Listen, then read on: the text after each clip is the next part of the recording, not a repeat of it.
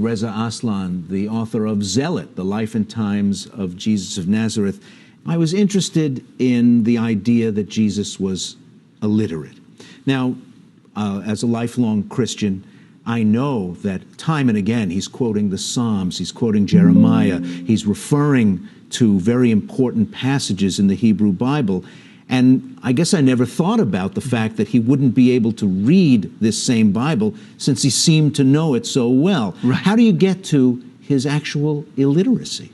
Well, scholars estimate that about 98% of the Jews in the first century could not read or write. And that certainly would be the case with regard to Jesus. Really, the only Jews who could read or write in Jesus' time were the priests, the Pharisees, and the scribes. And Jesus was none of these things. He was, if the Gospels tell us the truth, a tekton. A tekton, which we often think of means carpenter, actually means woodworker or builder. And if that's true, that would put Jesus at probably the second lowest rung of the social ladder in his time, just above the slave, the indigent, and the beggar.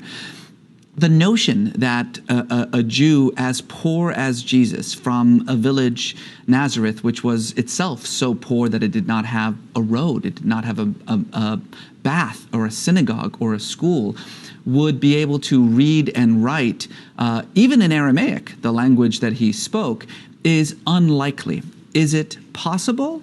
Yes, it's possible. But the historian is not interested in what is possible. The historian is interested in what is likely. The person of faith is interested in what is possible, which is why I don't think that there necessarily has to be a conflict between the two. The historian says Jesus is illiterate. The person of faith says Jesus could read or write. Those are two different modes of knowing. They don't need to be in conflict with each other. And the question is, I guess, does it matter? You talk about truth and there being different kinds of truth, the truth that can be verified by the historian, and a truth, as you say it, detached from the exigencies of history. That's right. Is there another kind of truth that you can just say, oh, that other stuff doesn't really matter because there's an essential truth that speaks to the believer? Well, not in 2013 there isn't. You see, for us, truth and fact mean the very same thing because our idea of history is defined as an accumulation of empirically verifiable facts. But of course, that definition of history is wholly a product of the modern world. It's perhaps 300 years old at most. For the ancient mind, and particularly for the ancient Christians, history was not about uncovering facts, it was about revealing truths. The stories that they crafted about Jesus may have been factually correct, they may not have been, but that issue was secondary, if not irrelevant, to the larger purpose of these stories in the Gospels, which were to actually declare something that is true about Jesus, that he is the anointed of David, that he is the Messiah, that he is the Son of God, that he is indeed God incarnate.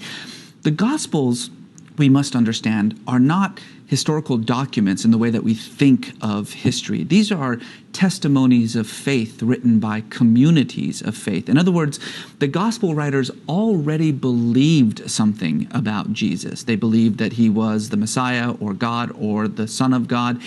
And then they wrote the gospels to prove that belief. They are, to put it simply, an argument, not a work of history. Post hoc, after hoc. Finally, Reza, you refer to yourself in the book, and this is a man, you should understand, viewers, who returned to Islam as a young adult.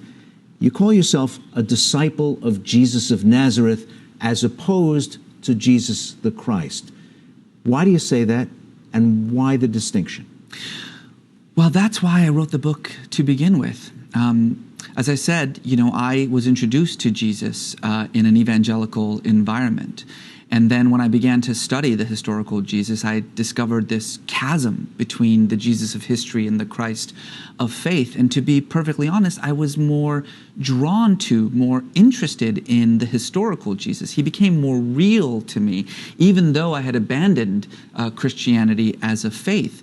And the more I studied the historical Jesus, this illiterate, uneducated, poor, pious Jew from the backwoods of Galilee who, despite all that, formed a movement on behalf of the poor, the marginalized, the weak, the dispossessed, the outcast. A movement, I remind you, that was seen as such a threat to the political and religious institutions of the time that he was hunted down like a criminal, tortured and executed.